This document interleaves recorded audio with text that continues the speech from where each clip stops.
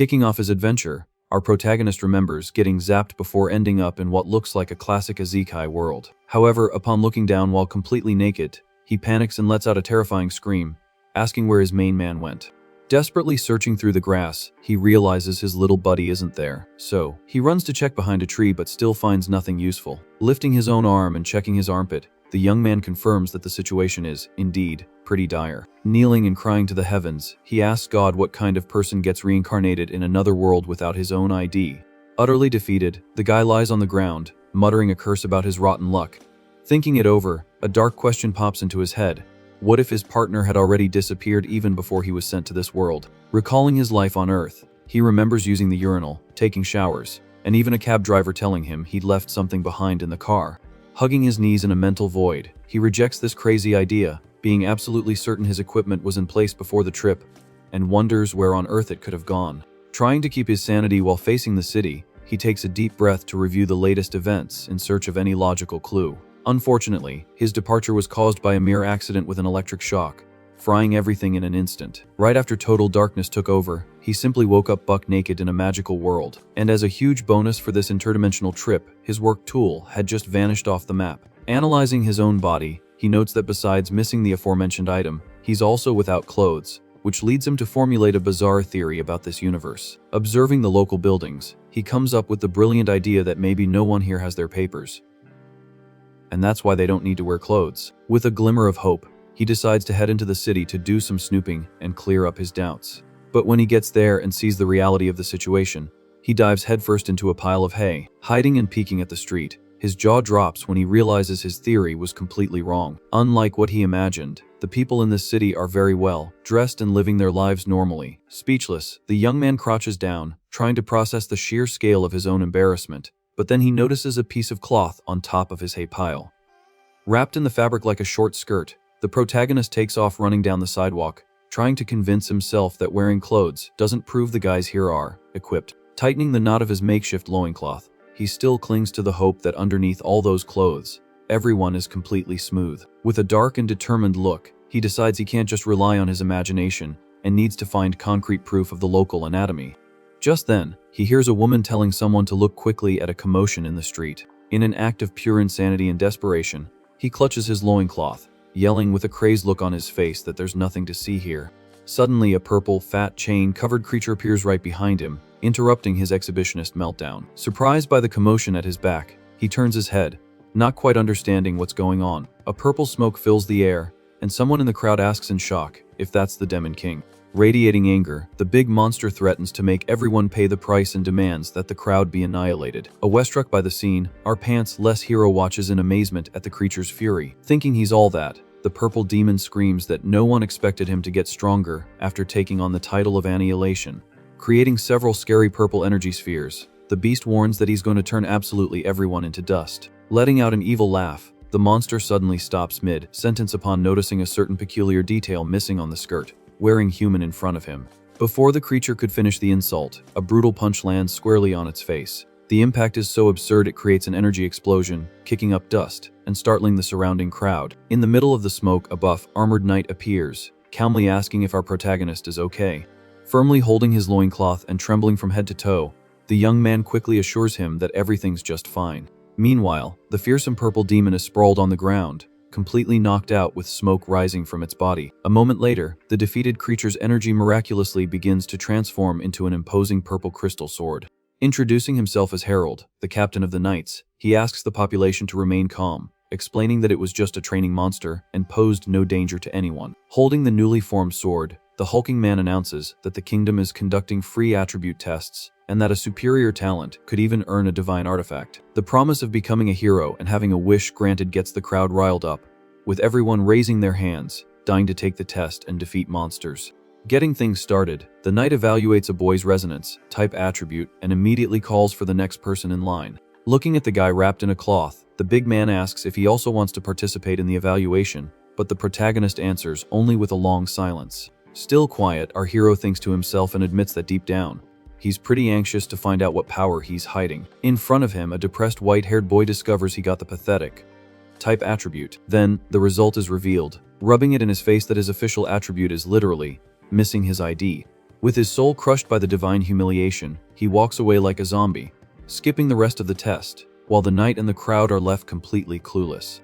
Observing the pitiful scene, a half-beast merchant with fox ears comments that there's no such thing as a free lunch in this kingdom. Smiling slyly, the fox man explains that the kingdom forces the most talented to fight real monsters in the mountains, and that these free artifacts are nothing but a scam. Scoffing at the equipment offered by Harold, he states that he wouldn't pick up that piece of bronze, rank junk even if it were on the ground, concluding that the item would only be good for finding the naked guy a new toy. Hearing that last sentence, the protagonist's eye glows an intense red with the idea of being able to use an artifact to fix his major problem. Seizing the attention, the merchant, Hugutu, pulls a shiny catalog from his pocket and guarantees he sells anything, asking what the young man's wish is. Stuttering and very nervous, the skirt-wearing guy tries to ask for what he desires most in life, leaving the vendor confused by his rambling. Giving up out of embarrassment to say it in public, he changes the subject, asking if the catalog in the fox man's hand was created through an attribute. Snapping his fingers with a golden glint, the merchant proudly shows off his storage category power. Analyzing the magical item, the guy reflects on how things work there, even remembering the fat demon that turned into a purple sword after it was taken out. Trying to close the deal, the vendor offers his wares again, but the protagonist grabs his clothes, saying that none of that matters right now. With a maniacal look, he declares that his only mission at the moment is to discover the truth about the men of this world with his own two eyes. Searching frantically through the city streets, he wonders where the bathroom is and soon spots a promising entrance. Staring at the door of the place as if it were paradise, he prepares for the climax of his investigation, believing that proving the anatomical deficiency of the natives will be the true start of his adventure. Walking stealthily behind a guy with blue hair, he tries to calm his own nerves, swearing that his smooth body isn't an isolated case. Remembering the big purple monster, he concludes that demons don't count as a benchmark for normalcy, and that anything could have been under its loincloth. Standing right next to his target at the urinal, our hero hopes with all his might that the humanity of this world is as deprived as he is. Taking that classic, forbidden peek out of the corner of his eye, he tries to be discreet, but the blue-haired guy notices the weird movement. Absolutely fixated on the truth, he focuses his vision, fervently hoping to find nothing between the stranger's legs. Unfortunately for him, the answer comes immediately in the form of a brutal kick right to the face, while the guy he was spying on curses the meddling creep. The blow is so powerful that it sends our hero flying out of the bathroom, causing the poor guy to roll pathetically along the stone sidewalk. Storming out into the street, the furious attacker cries and vents at the top of his lungs about his terrible luck in life, complaining about his parents' disappointment, and being dumped by his girlfriend. Tearing his own hair out in frustration, he laments having done poorly on the attribute test, seeing his dream of defeating the Demon King go down the drain. While the crybaby complains that he can't even get any peace while using the urinal, the protagonist stares with a blank expression, focusing only on the fact that the attacker's equipment is fully intact. Summoning a red energy sword, the ticked-off, blue-haired guy promises to make a comeback and become the great hero of this world, no matter the cost. However, fury and envy take over our hero, who gets up covered in a dark aura, promising to start his journey by giving that guy a serious beatdown. Accepting his harsh reality, he laments being reincarnated in a fantasy world all alone, knowing that he and his beloved tool will never cross paths again in this life. Completely focused, our hero reflects on the law of equivalent exchange, imagining that losing something so crucial must have granted him an extraordinary power. With his hand raised to the sky, he prepares to summon this mysterious force. Feeling an absurd energy flow through his body, he strikes a dramatic pose worthy of a great protagonist. Screaming his head off, he promises to show his enemy the true power born from the loss of his precious tool, announcing the summoning of a divine artifact. Enveloped in a brilliant light, he materializes the item in his hand and yells for the weapon to come to him, assuming an aggressive combat stance. However, his crazy face turns to pure disappointment when he notices that his grand sacred artifact is just a regular old kitchen knife. Taking a closer look at the weapon's handle, the guy instantly recognizes it as the exact same knife he used back home. Frustrated, he charges like a madman, swinging the blade at the blue-haired guy. The crybaby barely manages to dodge the attack, cursing in anger and swearing that at least this fight, he's going to win no matter what. His promise immediately falls flat as he takes a hefty defensive blow, letting out a groan of pain. With a spectacular kick, the guy in the loincloth sends his opponent flying thanks to the violent impact. Launched through the air, the defeated enemy falls flat on the city's stone ground while our hero lands smoothly. With a dark gaze fixed on his victim, the protagonist warns in a chilling voice for the guy not to be in a hurry, indicating that the beatdown isn't over yet. Right at this tense moment, a shining figure with blonde hair and white clothes appears out of nowhere, calling out to the young man. Caught off guard by the intrusion, the young man turns around, confused, to see who the show-off is that just interrupted his personal revenge. With an imposing posture and pointing a finger, the newcomer focuses his attention on the guy lying on the ground. In a lot of pain, the blue-haired guy groans and laments, not being able to be even a thief wearing a blanket from his own house, stating that there truly are no useless attributes in this world. In a puff of smoke, the fox merchant pops in, agreeing that any attribute has its value after good training, and takes the opportunity to try and sell 3 manuals for the price of 1. Ignoring the vendor, the blonde figure turns to our protagonist, asking him not to use his powers there, assuming the two are working together on a sales scheme. Quite unexpectedly, the shining individual changes the subject, asking with the utmost calm if the skirt-wearing young man wants to know the whereabouts of his lost tool. Struck with absolute shock, our hero stammers, asking how this stranger knows about his big secret. As he raises his hand majestically, the blonde man begins to emanate a surreal, colorful energy around him. Suddenly, the entire scene changes, swallowed by an absurd cosmic aura that leaves the protagonist completely paralyzed with fear. Formally introducing himself as Hwang Mizu, the mysterious being asks him to calm down and reveals he is none other than the supreme god of this world. Without beating around the bush, the deity drops the bombshell, revealing that the young man's beloved, Ki Di, was transformed into the strongest demon king of all time. With a divine pose, he explains that defeating this all-powerful monster grants the fulfillment of any wish, opening the door for the young man to recover his most precious possession. To illustrate the situation, the god materializes a silly, looking little golden creature in the palm of his hand, zipping back and forth letting out colorful toots. The little critter is introduced as the Fart Demon King, with the deity comically asking if he isn't just adorable. Faced with this flying oddity, the loincloth-clad young man just stares blankly, trying to understand the reason for all this. Very excited about his own creation, the smiling god explains that this creature only exists because of the attributes he distributes to people, allowing them to use skills related to those powers. After putting 2 and 2 together, the protagonist indignantly questions why his precious tool was turned into the world's final boss, demanding a logical explanation from this crazy deity. With cold sweat dripping down, the god tries to justify himself, saying it was all a beautiful misunderstanding during the world transfer, admitting he mixed up the guy's little buddy with the base model for the ultimate monster. In an attempt to clear his name, the blonde projects a giant, censored image in the air, claiming that this was the original design he had in mind. With his hands on his head in sheer desperation, our hero yells, demanding to know where exactly his so-called D is disguised as a demon king. Very didactically, the deity displays a hologram showing that a monster's defeat generates a sacred artifact of the same level, using the purple creature from before as an example. Totally pumped, he continues his lesson, explaining that humans use these items to amplify their attributes, but our hero cuts off the lecture, grumbling that he only cares about his partner's location.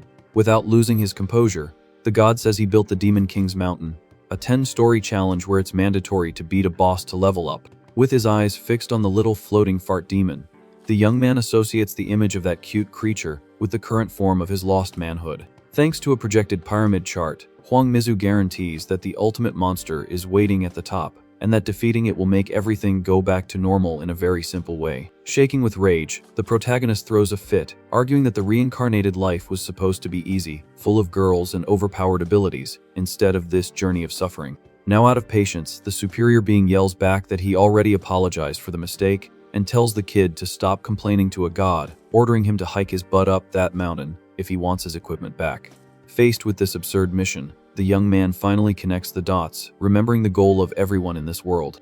Grabbing the deity's white clothes, he asks a frightening question, forcing the god to take a step back while quickly telling the young man not to jump to conclusions. Focused on the final prize, our hero understands perfectly that anyone who beats the 10th floor monster will have the right to one absolute wish. With a piercing gaze and a pointed finger, the deity makes it crystal clear that the final reward will be exclusively the recovery of the young man's original anatomy, confirming the objective of his journey. In complete silence for a moment, the young man questions how the heck he's supposed to compete it against people with powerful attributes and magic, since his only gift seems to be summoning a simple kitchen knife. With a somewhat sinister smile, the blonde guy clarifies that outsiders can't receive attributes or magic from this world, but builds suspense by stating that there is one exception to the rule. Looking at his disappointing little knife, the young man scoffs at the idea of having to face explosive punches with a piece of cutlery, until he's interrupted by the Supreme Being, who assures him that he granted him another exclusive ability. After striking a pose with several magical arms holding random objects, the god reveals that the boy can summon absolutely anything he has ever touched on Earth, admitting it would be too cruel not to give any power to someone who lost his manhood.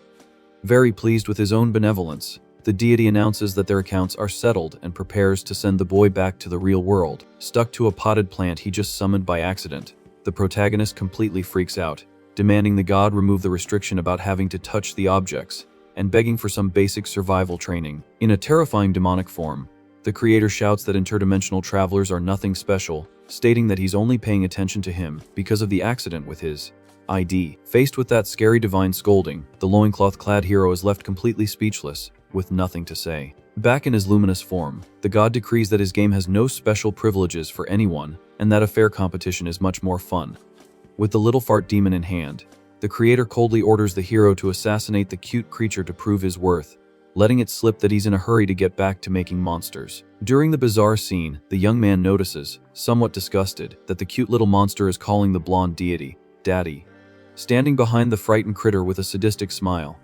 The god taunts the boy, questioning if he has the guts to commit the act and reminding him that this is the only way to get his tool back. Seized by a violent determination, our hero doesn't hesitate for a second and crushes the little demon with a brutal blow. Destroyed by the cowardly impact, the adorable little monster turns into a huge explosion of golden light. Along with the reward left over from the critter, the god hands over a bronze rank, star-shaped artifact, suggesting the young man sell the jewel to get some change in town. With his first magical item in hand, the young man watches the deity turn his back, assuming an absurdly radiant aura. Like a true shining sun, the creator of that universe warns that he will be watching him at all times and strictly forbids the young man from telling anyone about his existence. As he bids farewell to his guest, the god tells him to begin his grand adventure, magically transporting the hero to an open field where he plants on the ground. Once again sitting in the middle of the woods reviewing everything he just learned about gods and monsters, he is shocked to realize he's finally wearing his own clothes from the modern world. Walking through the grass with his recovered look, the young man spots a very familiar circular metal object lying in the middle of nowhere. Intrigued by the presence of earthly technology in a fantasy world, he approaches, questioning why there's a manhole cover in a place like this. Without a second thought for his own safety, the protagonist jumps through the hole and lands smoothly inside a dark stone corridor. Right away, a scary wooden creature with glowing eyes charges toward him, making the poor guy scream in pure, comedic terror. Trapped and squeezed by the monster's giant roots, he tries to figure out if it's a demon or some kind of plant zombie. Completely immobilized against the stone wall, our adventurer connects the dots and deduces he has just fallen straight into a famous demon king's lair. Down the dark corridor, a pink-haired guy wearing armor arrogantly comments that he's just found another useless person carrying bronze-level equipment. Introducing himself as Martini, the cocky warrior demands total obedience from the protagonist if he wants to get out of that root trap alive. Face to face with the bully, our hero can't believe he's gonna suffer classic bullying even inside a dangerous dungeon. To try and act like a big shot, the young man decides to use the god's own name, Huang Mizu, to introduce himself, annoying the pink-haired warrior who has no patience for cocky newbies. However, their aggressive argument is brutally interrupted when the little fart demon reappears out of nowhere, glowing in the air, leaving the pair completely dumbfounded. Annoyed with the situation, the protagonist orders Huang Mizu to erase the pink-haired warrior, leaving the bully utterly shocked to realize the newbie is being followed by a fairy. But the little flying creature clicks its tongue with the most bored expression and decides to gossip to the enemy that the kid is straight up missing his ID. Upon hearing this intimate detail, the cocky warrior can't take it and bursts out laughing so hard his stomach hurts at someone else's misfortune. With a serene air, the fairy complains to the supreme god, asking why she's getting beaten up by the kid when the order was just to hit the other guy. Furious at being exposed, our hero demands to know who this meddling creature is and where it got the confidential information about his lack of equipment. Covered in a colorful and psychedelic aura, the flying creature proudly reveals itself to be the god's own avatar, guaranteeing it's an existence that the human mind cannot comprehend. With not an ounce of respect for the deity, the young man chokes the creature, telling it to shut up and asking if its mission is just to watch his humiliating journey to get his main man back. After letting the creature go, the young man asks if this is some kind of help system, but the fairy tells him to stop reading so many web novels and warns him that avatars are just witnesses who will never intervene in the adventure. Looking at the dark place, the young man asks if they are already in the famous lair, receiving confirmation that they are in an outer area of the mountain, and that these labyrinths are everywhere. Quite confused, the protagonist tries to understand how he ended up inside, when all he did was open a manhole cover in the middle of a field. Full of herself, the fairy explains that the manhole was a magical teleportation door and brags that she personally decorates all the caves with impeccable aesthetic taste. Faced with the bland and completely empty stone corridor, the young man mocks the entity's questionable taste, forcing the creature to admit that not all places are the same. With a sinister face and red eyes, the little creature warns that the next levels have unique styles, and that a mere fried mortal would never understand the art of an omnipotent god. With a suspicious look, our hero casually inquires if this all-powerful entity wouldn't just kill him out of the blue without any warning. Nervous and sweating suspiciously, the divine avatar tries to play it cool, assuring him that it's very friendly and would never do anything to affect the game, as that would make everything very boring. To change the subject, the young man wants to know how to get out of there, and the creature explains that you have to either kill or make the labyrinth's owner surrender for the exit door to appear, telling the boy to figure it out with his own abilities. Focused on solving the problem, our hero closes his eyes and concentrates his energy to summon something useful from his original world. To celebrate the success of the magic, he pulls a miniature pink electric chainsaw out of thin air that looks more like a child's toy.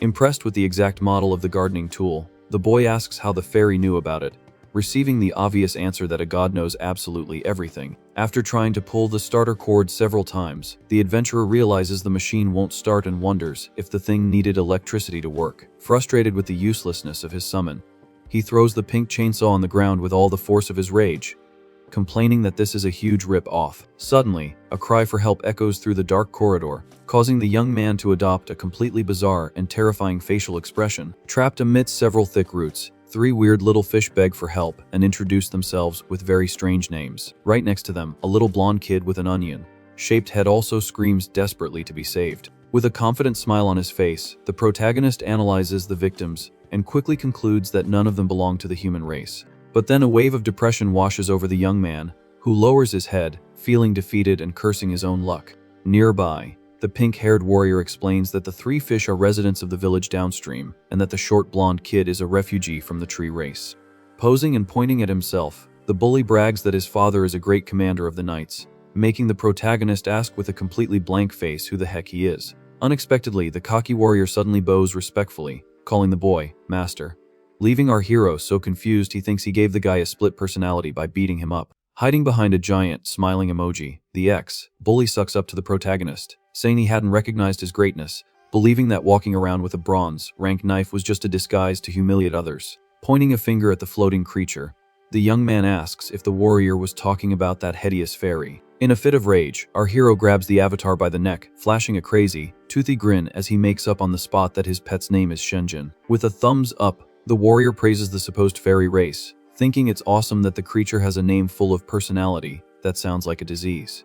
With its ego completely shattered, the disguised deity totally freaks out, screaming that it only follows the people with the greatest potential, chosen by the creator himself. In the middle of being shaken, the protagonist tells the fairy to ignore his crazy new disciple and asks what the warrior's magical attribute is so they can get out of there. From a small flame on his thumb, the pink-haired guy reveals he has the power of fireworks, planning to slowly burn the roots to escape before the cave's owner shows up. With no reaction at all, our hero just stares at the pathetic little flame of his newest follower in a moment of pure silence. Very excited about the situation, Martini fawns over his master, praising his absurd strength and begging to learn how it's done. With a giant troll face, the boy raises his index finger, preparing a lie and stating that to learn the technique, one must make a certain sacrifice. Before he could finish the joke, the fairy smacks him right in the face with a club, screaming impatiently. Suddenly, a strange noise gets everyone's attention, revealing a dark creature with red eyes emerging from the end of the corridor. In the blink of an eye, the wooden monster lunges toward the group with terrifying speed. In a combat stance, our protagonist deduces that this is a corrupted enemy, deciding that the best option is to take the creature out since he doesn't know how to break the mind control. With his hand outstretched, he begins the process of summoning his inseparable kitchen knife, but stops midway to rethink his strategy. In a flash of brilliant logic, he materializes a sturdy axe in his hand, using the undeniable premise that the best weapon against a wooden monster is a good old lumberjack's tool. In an aggressive leap, the root creature lunges through the air, trying to finish off the outsider. With blood in his eyes and a firm grip on the axe, the young man unleashes a horizontal strike with all his might. The sharp blade perfectly tears through the enemy's wooden body, as the young man demands that the supreme god witness his power. The brutal impact tears off both of the monster's long arms at once, scattering violent energy through the air. Thrown back and completely mutilated, the creature lets out groans of pain and retreats, giving the hero a chance to breathe. Relieved of the danger, the protagonist wipes the sweat from his brow, sighing and commenting that the fight was a close call. As if by magic, a cute little girl with blue hair and a witch's outfit miraculously appears in the corridor, asking in a sweet voice if everyone is okay. Meanwhile, outside the cave, the sunny landscape shows the blue sky and trees swaying in the wind. Sitting in a clearing next to a small, spiky yellow monster, a gigantic demon king made of black crystals comments that it's been half a year. Through a dark silhouette of his memories, the giant says he left the main mountain to inspect the smaller caves one by one. Getting straight to the point, the behemoth faces the small minion named Kankimo, asking about their situation there, since official records list the little guy as the owner of this place. Settled on the grass, the giant states he has no problem with that arrangement, but makes it clear that he's the one who will fight when a challenger appears, reminding him that this is an unbreakable rule from the god Wuhuo. While tasting his fruit wine, the Crystal Demon King confesses that he didn't expect to be visited by heroes wanting to subjugate them in such a remote place. From behind a gruesome smile full of sharp teeth, the monster tells his yellow partner to get ready for them to return to the cave immediately. In a friendlier tone, the giant creature says that the minion no longer needs to call him King, preferring to use a more intimate and personal nickname. Confused by the sudden intimacy, the spiky little monster asks what he should call him then, since he is the strongest demon king of all. With his red eyes glowing intensely, the creature of darkness flashes a proud smile and decrees that from now on, his official name is ID. As doom approaches, the scene cuts back to the inside of the dark labyrinth, where the boy is near the defeated monster. Almost crying, the girl in the witch's hat scolds the boy, asking why he tried to kill the creature, stating that the tree is innocent and was only being mind-controlled. With not a hint of guilt, our hero defends himself, arguing that cutting off its branches was the best strategy to immobilize the enemy, since the target was literally a plant. Freed from the roots, the little blonde boy cries, explaining that the corruption demon king invaded the village and turned everyone into puppets, while the protagonist complains about the weird smell of the local water. Very sadly, the little onion head laments that his father was the strongest warrior in the village and ended up being corrupted precisely while trying to save him. In desperation, the bizarre little group begs him to save the village's hero, receiving the support of the magical little girl, who promises to help with the mission in the name of the glorious god Wuo. Startled by this very peculiar name, the boy from another dimension repeats the deity's name out loud, unable to believe the absurd coincidence. Full of faith, the little witch confirms she is a missionary from the religious kingdom, introducing herself as Putao and asking if there's any problem with her beliefs.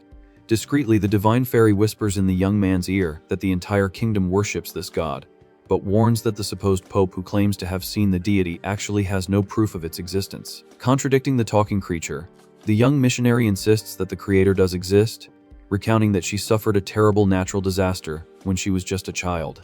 Regarding her traumatic past, she narrates that she was trapped in the rubble of a destroyed city for 3 whole days, and that no one answered until she prayed to the supreme deity for the first time. Convinced she had witnessed a true miracle, the girl saw a shining hand come directly from the heavens to rescue her from the darkness. Very proud of her religion, she says that since that day, she has been spreading the god's word to those who need help, but the fairy scoffs at the story, saying she couldn't care less. To interrupt the little witch's moment of faith, the 3 fish men decide it's turn to tell a sad childhood story from the river, forcing the protagonist to scream at the trio to shut up. Very hopefully, the magical girl asks if the young man wishes to accept the god Wuho and join their religion, but receives a very direct and blunt no in response. With his hands squeezing the divine fairy's face tightly, the young man guarantees that even if this deity really exists, it would do absolutely nothing to help. Always maintaining her devout posture, the blue-haired girl explains that the god can hear him and that people touched by miracles feel the divine presence much more easily. Now, out of patience for this nonsense, our hero points to the little onion head boy and the pink-haired warrior, complaining that those two still haven't had a chance to tell their own sad stories. At that exact moment, a strange noise echoes from the ceiling of the dark corridor, drawing the entire group's attention upward. Suddenly, several bizarre monsters start falling from above, armed with wooden clubs, while the little witch desperately warns that the enemy attack has begun. In a swift action, the girl points her magic wand and fires beams of star energy at the falling creatures. Immediately after, she has to take a step back to dodge a surprise attack from a dark creature that charged at full speed. Completely caught off guard, our pants-less hero takes a brutal blow right in the middle of the chest, delivered by a monster holding a frying pan. The impact of the blow is so strong it sends the poor guy flying backward, making him lose his balance in the middle of the chaos. After regaining his posture in an instant, he retaliates with a violent kick that sends the attacker flying with a groan of pain. Meanwhile, the cocky, pink-haired disciple is seen on the floor, getting the stuffing beaten out of him by 3 demonic little fish. Even while getting pummeled, the ex-bully screams at the top of his lungs, begging his master to save him from this humiliation. However, the protagonist himself is already being grabbed by several monsters at once, trying to get free from the pile of weird enemies. In an attempt to help in the battle, the missionary points her wand and tells the young man to get out of the way quickly. In an agile move, our hero dives to the floor, sliding to dodge a giant fish monster that tried to run him over. With his eyes locked on the slimy creature, the young man tells his useless disciple to stop using the little fire magic, complaining that the creatures are too slippery because of the oil on their bodies. In the corner of the room, the original 3 fish men appear, sitting on top of the defeated enemies, proudly announcing that they've already taken care of their part of the problem. The calm doesn't last long, as the little blonde boy starts crying desperately for help while being lifted into the air by a gigantic wooden monster. Possessed with rage, the protagonist charges forward like a lightning bolt, cutting through the air to rescue the crying kid. With a spectacular flying kick, he hits the face of a smaller enemy that tried to get in his way. As he lands in the middle of the group, the young man faces the corrupted creature standing tall, surrounded by several henchmen fallen on the stone floor. Trapped in the enemy's hands, the onion boy's eyes go wide in complete shock as he recognizes the monstrous figure. Overcome with emotion, the little boy calls the wooden monster Dad, revealing that it's the strongest warrior from the village, holding the very axe summoned by the protagonist. Despite the family ties, the corrupted behemoth takes a gigantic leap, preparing to crush the outsider. The monster descends like a meteor, swinging its enormous arm to slice the young man in half. In the middle of the attack, the creature suddenly freezes in shock, realizing its huge hand is completely empty. Full of style, our hero shows off the recovered axe in his hand, reminding the behemoth that the magical item belongs to him and can't be used by just anyone. Without a shred of mercy, the young man takes advantage of the opening and lands a brutal and surgical kick right between the corrupted father's legs. Faced with that pitiful scene, the little witch and the pink-haired warrior contort their faces in an expression of imaginary pain and let out a scream of agony. Even the 3 fish men in the back of the room widen their eyes, feeling chills just imagining the pain of that forbidden blow. Totally satisfied with his dirty tactic, the hero flashes a devilish and smug smile. Thanks to his immense confidence with the fairy by his side, he brags that the famous nutcracker kick would never work on him.